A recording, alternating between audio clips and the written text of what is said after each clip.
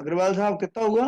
वो 15,250। 15,000। इनको बोलो इनकी आवाज बढ़ाओ, आवाज कम कर ली इन्होंने कुछ समय से अपनी। 15,200। मैडम की आवाज बढ़ती जा रही है, इनकी कम होती जा रही है। उनके सामने तो कोई बोल ही नहीं सकता था।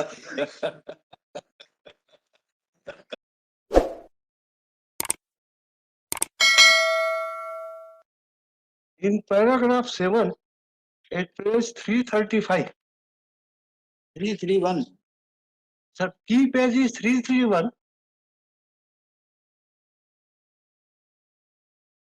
Paragraph 7, there's 3 questions for determination by the Honorable Supreme Court. जी We are at one bottom. Judgment not inter parties admissible in evidence under section 13 of the Evidence Act as assertion of a right to property in dispute.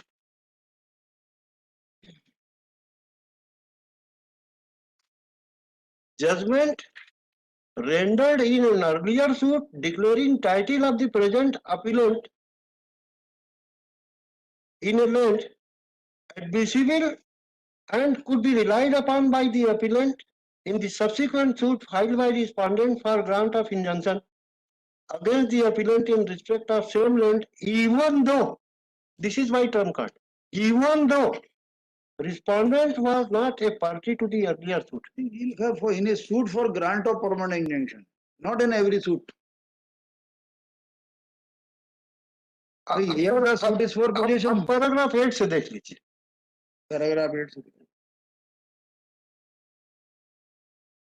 injunction.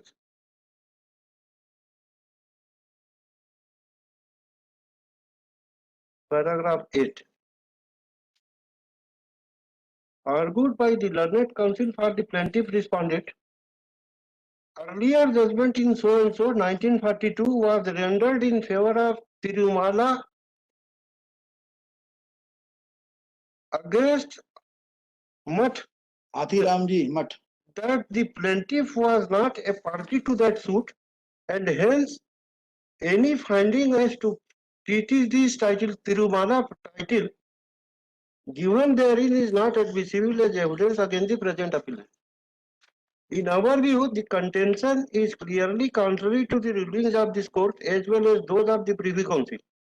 In X versus Y, speaking on behalf of a bench of 3 learned judges of this court, Venkat, as his lordship was then, speaking on behalf of the bench of 4 learned judges in X versus Y, held that a previous judgment not inter parties was admissible in evidence under section 13 of the Evidence Act as a transaction in which a right to property was asserted and recognized.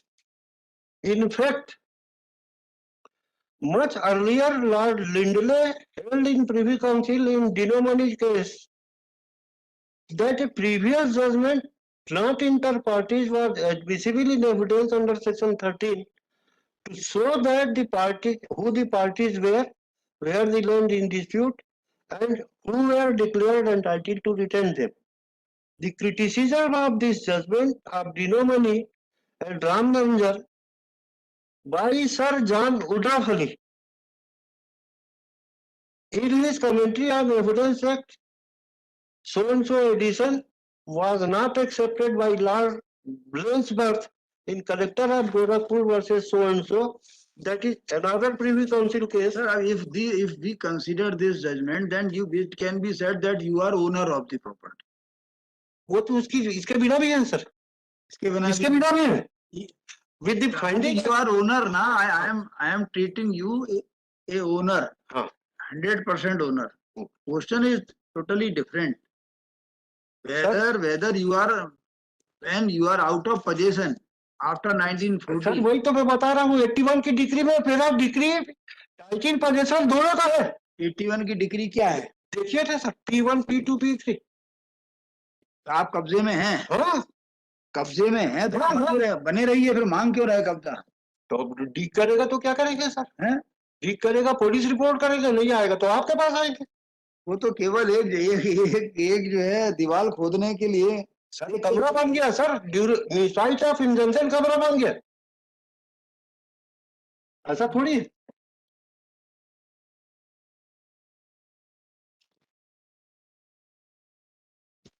ये application है, degree दावा है, बोलना, दावा P123, P1 P1 P2 P3। P1 P2 P3।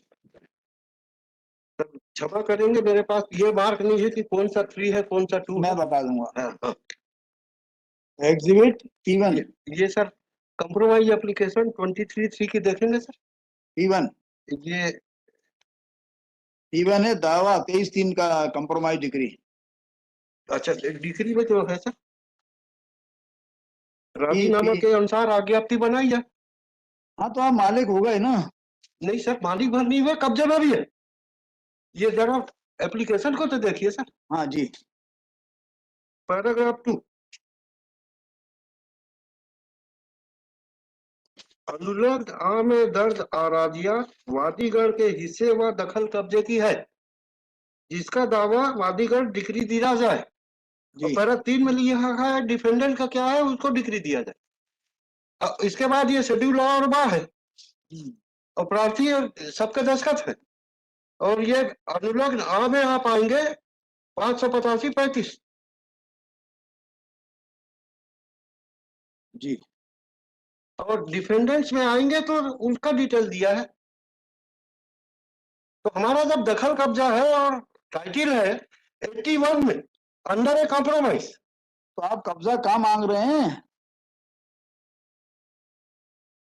इस case में sir. हाँ तो इसका टाइटिल देखिए सर। नहीं, आप कब्जा मांगा भी तो नहीं आपने। सर जरा टाइटिल तो देखिए क्या है इसी में, जो पैरा 2 अपन ने पढ़ा। नहीं, आप इसको दावे को पढ़ो एक बार, थोड़ा दावा क्लियर हो जाएगा दावे से। Initially, suit was filed for permanent injunction. Yes. Thereafter, it was converted into mandatory injunction. Sir इस मुकदमे की बात आप कह रहे हैं? हाँ, ये मेन दावा आपका जो दावा, हाँ, आपका जो दावा है ना, मैं पढ़ता हूँ। जी जी। यह कि अराजी क्रमांक 585 रकबा 0.35 एकड़ स्थित ग्राम अम्बा तहसील हुजूर जिला रीवा में शासकीय अभिलेख में राम सिंह ब्रजवासी पिता बद्री प्रसाद 1/2 व राम कुमार तने शिव शाह 1/2 हिस्से में दर्ज है। और आप लोग हैं ब्रजवासी के पिता बद्री सिंह। ये रिलीफ क्लास देख लीजिए सर, पैरा 30। हाँ हाँ, यह कि उक्त ताराजी वादी को आपसी हिस्सा बांट में वादी के हिस्से में ऐसे मिली भूमि स्वामी व एक व्यवहार बाद में जरिए सिविल वाद दिनांक 28/7/81 पर आराजी वादी के कब्जे दखल में भूमि स्वामी मान्य की गई। यह कि प्रतिवादी क्रमांक 1/2 को वादी ने अपने निजी मकान में इसके रिश्तेदार होने से बतौर अनुज्ञप्तिधारी रहने के लिए कुछ वर्षों पूर्व अनुमति प्रदान कर दी। ये आपका दावा है। रिलीफ पैराग्राफ 13 में है सर। हाँ, कुछ वर्षों पूर्व अनुमति प्रदान कर दीजिए है। 84 का दावा यह कि प्रतिवादीगण ने सरंगी से अराजी क्रमांक 100 जिसमें वादी का स्वत्व भूमि स्वामित्व का कब्जा दखल था में सरंगी से दिनांक 9/6/2084 को खुदाई कर प्रयास कर एक छोटा सा कमरा बनाने की योजना बनाई। यह कि प्रतिवादीगण को वादी के द्वारा अनाधिकृत तौर पर निर्माण न करने की हिदायत देने पर प्रतिवादीगण ने सरंगी से उत्तर दिया तथा निर्माण करने की नियत व्यक्त की है। यह कि वादी ने प्रतिवादीगण को नाजायज आपराधिक कृत करने से थाना सगरा में रिपोर्ट दर्ज कराई, जिसमें सगरा से विवेचनाई कार्रवाई चल रही है। यह कि वादी के द्वारा प्रतिवादीगण को कोई भी हस्तांतरण, बेची, विक्रय या अन्य कार्रवाई न किए जाने पर सरंगी की बदौलत, ये सरंगी क्या होता है? जबरदस्ती। सरंगी की बदौलत प्रतिवादीगण की नियत से वादी के समक्ष न्यायालय की शरण अलावा कोई उपचार नहीं बचता है। बात कारण दिनांक खुदाई का कार्य प्रारंभ करने का प्रयास एवं आज दावा दायर करने के दिनांक से उत्पन्न हुआ है। दावा अंदर काबिज है, समायत हाजा है। आर्थिक क्षेत्रीय अधिकार उचित निर्धारण स्टाम्प का बाबत स्थायी निषेधाज्ञा हेतु चस्पा किया जा रहा है। मैं रिलीफ पढ़ रहा हूँ कि माननीय न्यायालय के द्वारा इस आशय की स्थायी निषेधाज्ञा की डिग्री पारित की जाए कि प्रतिवादीगण अथवा उनके अभिकर्ता, नौकर व अन्य कोई भी उनसे संबंधित व्यक्ति वादी की अराजी क्रमांक 585 0.35 एकड़ में स्थित ग्राम अम्बुआ तहसील हुजूर में किसी भी तरह का निर्माण कार्य न करें एवं अनधिकृत प्रवेश न करें एवं कोई खुदाई एवं किसी प्रकार का कार्य न करें वह प्रतिवादी का निर्माण अनाधिकृत उसे हटाया जावे। अब ये कहाँ से हटाएं, किस जगह से हटाएं? हाँ अब जैसे कि आपने लिखा ये 0.35 एकड़ का मतलब कितना होता है? 35 डिसमिल। 35 डिसमिल मतलब फुट में कितना होता है? ये टोटल एरिया 35 डिसमिल है। आप बोल रही नहीं है, हमारी बात का उत्तर ही नहीं देना, कोई नहीं दे रहा, हम पिछले 2 महीने से पूछ रहे हैं।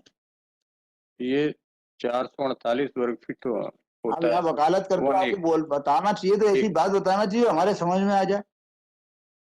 एक डिसमिल लॉर्डशिप जा रहे हो आप? 448 वर्ग फीट होता एक डिसमिल माने 448 माने 500 मान लेते हैं, है। Yes sir.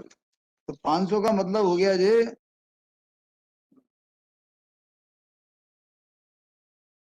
435 यानी करीब हो गया 1500, करीब हो गया 1500 फुट हो गया। अग्रवाल साहब कितना हुआ? वो 15,250। 15,000। इनको बोलो इनकी आवाज कम कर ली इन्होंने कुछ समय से अपनी। 15,200 मैडम की आवाज बढ़ती जा रही है, इनकी कम होती जा रही है। उनके सामने तो कोई बोल ही नहीं सकता था। मतलब उनकी आवाज तो अच्छी है, ये जो है ये अपनी कम करते जा रहे हैं। My lord, अब 15,200. ये अभी माइक वाइक हट जाए तो उसके बाद क्या होगा? बहस की आपकी आवाज ही नहीं आएगी यहाँ सर पे। ये हट जाएगा तो हम बड़े फ्रेंडली हो नहीं, जाएंगे आपकी साहब। आवाज तो जो है इससे 10 गुनी तेज है। ये जो लगा है ना मैं वही बोल रहा हूँ, आपकी आवाज तो मलिक साहब से 10 गुनी तेज है। मैं आप मलिक साहब की बात कर रहा हूँ, इनकी आवाज तो आए उतनी। सर इसको डांटिए थोड़ा सा, ये जोर से तो बोला करे कि मैं हम तो लोग रोज दिन में 1-2 बार तो होता ही है, जब ये आते हैं मैं यही बोलता हूँ। तो कितना हुआ सर 0.35 का? 15,008 15,000? 8 स्क्वायर फीट। 15,000? Yes, sir. 1500? 15,000। अच्छा 15,000। सर ऐसा है 44,000 के आसपास होता है। 1 एकड़? ये 1/3 से ज्यादा है थोड़ा सा। 1 एकड़? हाँ थोड़ा लगभग 15,000 है। मैं आप उसको समझने का प्रयास कर रहा हूँ। आपने जो है पूरी 0.35 एकड़ पर रिलीफ मांगी है। जी हाँ। अब आपने जो रिलीफ मांगी है और आपने कॉज ऑफ एक्शन क्या बताया, पैराग्राफ नंबर 5 देखें। यह कि प्रतिवादी गण ने सरंगी से अराजी क्रमांक 585 0.35 एकड़ जिसमें वादी का स्वत्व या भूमि स्वामित्व का कब्जा दखल था, मैं सरंगी से दिनांक 2/9/84 को खुदाई कर प्रयास कर एक छोटा सा कमरा बनाने की योजना बनाई। तो आज एक कमरे की रिलीफ मांग रहे हैं या 0.35 की मांग रहे हैं? सर देखिए ऐसा है, जो कमरा बनाने की नियत है बना नहीं है उस दिन। इसका मतलब तो यही हुआ कि वो बनाने की उनकी योजना है, और न बना हुआ है और बना लिया है तो रिमूव कर दे। नहीं, बाद में रिलीफ अमेंड हुई ना सर। वह प्रतिवादीगण का निर्माण अनाधिकृत उसे हटाया जावे। ये हाँ। आपने 23/2 ये जोड़ा गया क्योंकि बना लिया इस बीच। नहीं, ये उसे हटाए। तो ये सवाल जो आता है, ये दावा क्या इंजंक्शन का है या मैंडेटरी इंजंक्शन का है? ये तो मैं जैसा समझ रहा हूँ और टाइटल में लिखा है, और आपका जो पूरा दावा का जो निर्णय हुआ है उसमें ये आया है हाँ। कि अब आप देखें, हाँ। ये लिखा है पैरा 4 में, एक ही प्रतिवादी क्रमांक 1/2 को, 1/2 है कि 1/2 है? 1 और 2। 1 और 2। हाँ। तो वादी ने अपने निजी मकान में इसके रिश्तेदार होने से बतौर अनुज्ञप्तिधारी रहने के लिए कुछ वर्षों पूर्व से अनुमति प्रदान कर दी। सर ये तो 45 की बात आप पढ़ रहे हैं सर। 81 में क्या हुआ हमारा, जैसा मैं हमारा टाइटल। ये मुकदमा 0.35 पार्ट का है हाँ। या केवल वो अनुज्ञप्तिधारी वाला मैटर है? सर 0.35 जो है ये इसका मैं ओनर टाइटल होल्डर हूँ। ये 81 के तो सूट आपको ये डिग्री कितने एरिया की चाहिए? पूरे की। पूरे की? हाँ। क्या पूरे की? क्या 35 डिसमिल की। तो ये कब्जे में कितने के में है? सब जो लिखा है उसको मैं जोड़ घटा नहीं सकता। तो मेरे को तो आप बताइए ना। मैं कैसे जोड़ कब्जे, ये कितने कब्जे में है? सर कब्जा मेरा है, ऐसा मेरे प्लेट में लिखा है, ऐसा इन्होंने 81 में माना है। इन्होंने नहीं माना। सर इनके गवाही में है लॉर्डशिप की 4 साल का, मैं 3-4 साल का था तब से उस घर में ये सब रह रहे हैं। नहीं, घर कितना बड़ा है? घर वो तो आपका 15,000 स्क्वायर फुट है ना जगह? पुराना सा घर था सर, उसी में वो रह रहे हैं, कोई नया निर्माण नहीं किया है। 15,000 मैंने इसलिए तो आपसे इसका कैलकुलेशन निकलवाया। ये घर कितना बड़ा है? वो घर है कि महल है? घर वो पुराना घर है, सिर्फ थोड़ा सा बना हुआ है लॉर्डशिप, बाकी खुली जमीन है। तो खुली जमीन की मालिकी, आप खुली जमीन पे मालिकी अपनी मान रहे हो या केवल उस तो अनुज्ञप्तिधारी वाले पार्ट पे मान रहे हो? तो ना इनके दावे से पता चल रहा, ना आपके जवाब दावे से पता चल रहा, ना कोर्ट से पता चल रहा। अच्छा, ये जो आपने जो है जो रिलीफ मांगी है वो पूरे की मांग ली, और निर्माण कितने काय पैसे हटवा लिया अग्रवाल साहब बताइए। मान लो आज ये डिग्री दे दी जाए निर्माण हटाने की, भाई इंजेक्शन की डिग्री दी जाएगी 0.35 की, और निर्माण हटाने की काय कहाँ से दी जाए? सर मैं डिग्री की para number 15 of the trial court इसमें डिस्कस किया लो जजमेंट।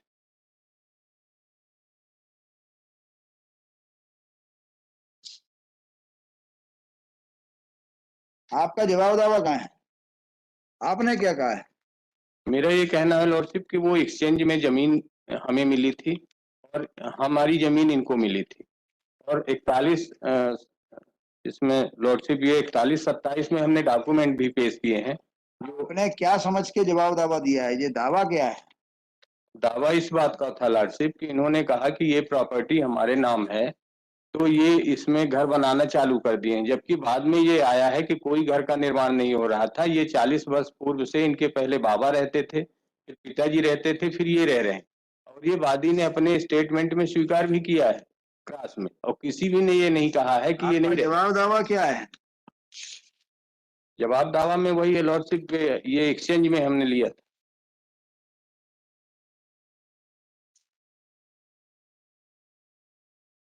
85 रकबा 35 डिसमिल का अदला बदली।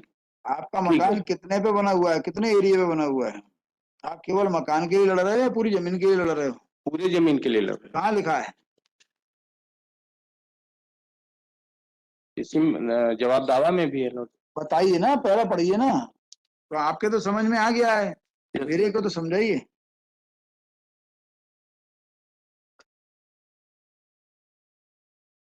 Para 1 Mylar. आप भैया पढ़ के समझ चुके हैं या केवल पढ़ना शुरू कर रहे हैं? नहीं, मैं पढ़ के समझ भी चुका हूँ लॉर्डशिप, पढ़ना भी चाहता हूँ। तो आप बताइए 0.35 15,000 स्क्वायर फीट पे आपका कमरा एक कितना बड़ा बना हुआ है? उसमें घर बना हुआ है लॉर्डशिप, हमारे बाबा जी के द्वारा वो बनाया आपने गया। कहाँ लिखा है कि घर इतने में बना हुआ है और इतनी जमीन हमारी इस तरह से अदला बदली में हमारे पास आई है? इनका इनका एडमिशन बताइए कि ये पूरे 0.35 पर आप कब्जे में हो, तो आपके जवाब दावे में ऐसा कुछ नहीं लिखा। 0.35 पर बने एक कमरे के कब्जे में हो आप, या पूरी जमीन के कब्जे में हो? मैं kindly wish para 15 of the trial court judgement.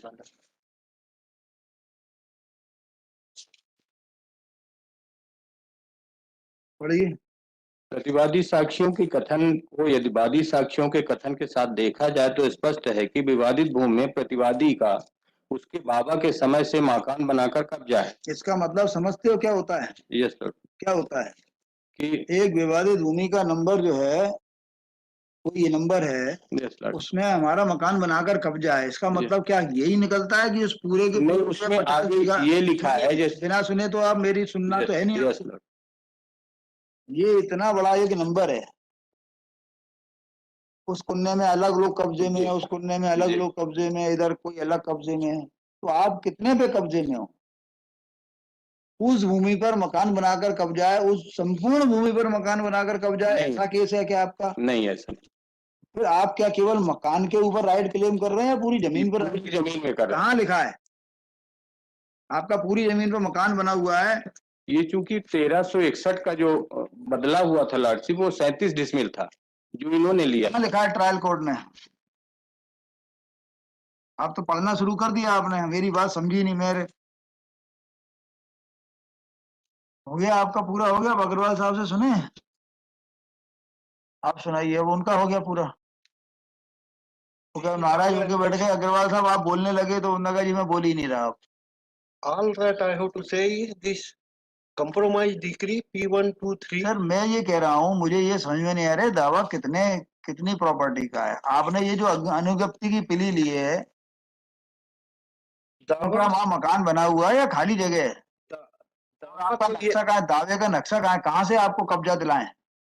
कहाँ से इनकी दीवार तोड़े? कौन सी दीवार तोड़े? नहीं, दीवार तोड़कर कब्जा दिला दिया जाए, कैसे तोड़ा जाके? सर, एग्जीक्यूट आपके कैसे? सब प्रश्न बहुत लेजिटिमेट, कोहेरेंट और अनुत्तरित रहने लायक है। मैं ये स्वीकार करते हुए कहता हूं कि जो लिखा है उससे ज्यादा तो मैं नहीं बोल सकता। हमारा हमारा तो रिलीफ है सर कि हम 35 डिसिबल के कब्जे में है, हमारा टाइटल है और ये कमरा बना रहा है, इसको रिमूव कर दिया जाए। This is all. I can't add or delete anything to this. I am prohibited from doing it. And नहीं, मैं sir, दूसरी बात कह रहा I confess this is not a precise answer to the honorable court's query, but I can't add to it. This is my limitation. I have to follow it. और दूसरी बात, title का जो है झगड़ा चल रहा है, टाइटल का कोई आपने डिक्लेरेशन भी नहीं मांगा। सर टाइटल का इनका जो P123 है, it's final and conclusive binding on him. This is what the Privy Council says. This is what Woodruff originally said was criticized by the Privy Council. आपके ये देखिए, दावे में तो जो हो गया सो हो गया, आपका कहना क्या था, आपका एविडेंस क्या है? क्योंकि ये मुकदमा क्या है यही सामने समझ में नहीं आया अभी तो। ये पूरी प्रॉपर्टी का मुकदमा देखिए, ये लिखा है, इसका पैरा यहाँ से पढ़िए, वादी का PW1 हराजी नंबर 585/85/0.35 डिसमिल स्थित ग्राम अम्बा की विवादित हराजी है। यह हराजी मुझे हिस्सा वार्ड में मिली थी। राम कुमार से मुकदमा भी चला था, उस मुकदमे में समझौता हुआ था, उक्त हराजी मुझे मिल गई थी। इस हराजी में कब्जा और पट्टा हमारा है। यह हराजी पैतृक है, इस समय कब्जा पट्टा हमारा ही है। दिनांक 9/6/86 में प्रतिवादी ने घर बनाना नींव शुरू किया था। मैं जाकर के प्रतिवादी को स्वतः व बड़े आदमियों के द्वारा मना किया। मना करने के बाद प्रतिवादी ने नींव खोदना बंद नहीं किया। अब ये नींव कहाँ खोद रहा है? ये 15,000 फुट जो है, ये जगह, ये जो जितनी बड़ी जगह है, ये भी 15,000 नहीं है। ऐसे ऐसे 6 बन जाएंगे 15,000 में। अब आगे चलें। मना करने के बाद प्रतिवादी ने नींव खोदना बंद नहीं किया। प्रतिवादी को मना करने पर, ना मानने पर मैंने इस आशय की थाना सगरा में रिपोर्ट किया। रिपोर्ट की नकल मुझे नहीं दी गई। प्रतिवादी जबरदस्ती मकान बना रहा था। जब प्रतिवादी नहीं माना तब मैंने इंजंक्शन के लिए दावा किया। जो समझौता हुआ था उसकी नकल डिक्री स्टूडेंट से ही है। मैं सिर्फ विवादित हराजी का नंबर बता सकता हूँ, इसके अलावा मेरे पास जो भूमियां हैं मैं किसी का नंबर नहीं बता सकता। मैंने अपने जिंदगी में कोई भी जमीन ना तो खरीदी और ना बेची है। मेरे पिता की जितनी जमीन कितनी खरीदी और बेचे मैं उससे नहीं पूछा, क्योंकि मैं उस समय छोटा था। कोई भूमि मेरे पिताजी किसी से अदला बदली किए है या नहीं मुझे नहीं मालूम। विवादित भूमि में रामकर्ण जबरदस्ती मकान बना लिया है। विवादित भूमि में रामकर्ण कौन है? आप। यस। जबरदस्ती मकान बना लिया है। अब जो मकान कितना बना है और उसी में रहते भी हैं। I am reminded, sir, if I am not interrupting that reading, Order 7, Rule 3 CPC has been interpreted by my Lord Justice R.C. Rahoti, as Chief Justice. 2003, Volume 2, Supreme Court Cases, page 330. 2003, Volume 2, SCC, page 330. 2003 volume 3 2003, हाँ, Volume 2, Supreme Court Cases, volume 2 supreme court cases 330। It fastens duty upon the plaintiff, defendant, as also on the court. That, sir, let me read what 7.3 is. Where the subject matter of the suit is immovable property. This is Rule 3. Where the subject matter of the suit is immovable property, the plaintiff shall contain a description of the property sufficient to identify it. And in case such property can be identified by boundaries or numbers in a record of settlement or survey, the plaintiff shall specify such boundaries or numbers. This is what has been done. But then obscurity is length, breadth, चतुर्भुज है, त्रिभुज है, क्या है, कुछ नहीं। नक्शा रहता तो सब रहता। अब इसी को सर लाहौती साहब ने इंटरप्रेट किया है। ये ड्यूटी प्लेंटिफ की है या इशू रेज करना चाहिए, यहाँ तक ठीक है। वो कहते हैं आगे कि ये कोर्ट की भी रिस्पॉन्सिबिलिटी है to obtain the particulars which can be supplied even in execution. This is what this judgment is. हाँ, वो स्पेसिफिक परफॉर्मेंस का दावा था ये 2003 2 एससीसी ये दोनों पक्षकार ही खड़े थे। वो उन्होंने जब पूरी सुप्रीम कोर्ट तक से डिक्री हो गई तब जो है एग्जीक्यूशन में आपत्ति लगाई तो सुप्रीम कोर्ट ने कहा नहीं, it can be done by the executing court, ये वो जजमेंट है। ये वो जजमेंट। तो अब सर अगर आपको दिख रहा है कि प्लेंटिफ को डिग्री पाने का हक है और ये डिटरमिन नहीं हो पा रहा है, जैसा हम लोग नहीं कर पा रहे, यू विड्रॉ नहीं कर पा रहा। You withdraw this suit. नहीं सर, काहे को करेंगे, आप खारिज कर दीजिए। ऐसा क्या है? This is the suit. अगर सर जो प्रश्न आप पूछ रहे हैं उचित है। नहीं, 0.35 जो था उसके ऊपर से कौन सा निर्माण हटवा दें? सर मैं ये कब्जा हटवा दें आपका? मैं ये कह रहा हूँ सर, हम तो पूरा ही मांग रहे हैं, हमारा पूरा है, पूरे की टाइटल है वो बाउंड डिग्री से 81 की डिग्री से।